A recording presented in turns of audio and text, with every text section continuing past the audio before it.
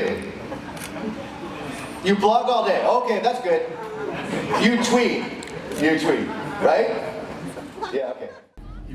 So yesterday I did a talk about growth hacking in the Series A crunch and was really talking about emphasizing marketing and distribution as kind of core skill sets that a lot of startups overlook, particularly startups founded by geeky engineers or by traditional marketing folks who maybe don't pay as much attention to online marketing techniques, and was really trying to emphasize that the biggest change that's really been happening over the last 5 to 10 years is just this huge ability to access users and customers online, primarily through search, social, and mobile channels. So Google for search, Facebook and Twitter for social, Apple and Android for mobile, maybe a few others like YouTube and video.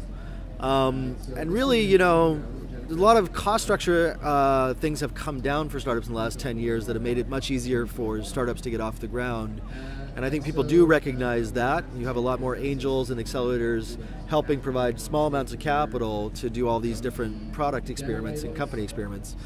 But still getting to Series A and really large venture, requires those companies to get beyond just product experiments and get to real businesses and real, significant customer usage, either usage or revenue at scale. So probably $1 million in revenue, maybe a couple 100,000, if not millions of users on a regularly active basis. So you might be paying attention to this thing called customer acquisition, but you probably don't do it at scale, you probably don't do it profitably, or you don't know that you do it profitably.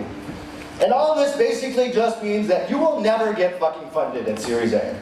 So those metrics are really kind of what I think matters to get to Series A. $500,000 to $1 million in revenue or more, $500,000 to $1 million active users or more, maybe even, more than single million digit users on an active basis, and certainly not just downloads.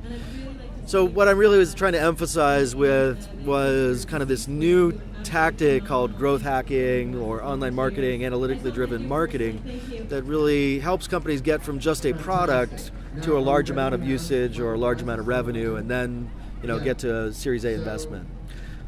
So I talked about kind of three things that matter to measure, and usually that's the volume of leads or customers coming in on one of those channels, the conversion rate that happens. Usually that's a conversion rate to actual purchase, but it could be conversion rate to collecting an email address, getting a phone number, percentage that refer other people, etc.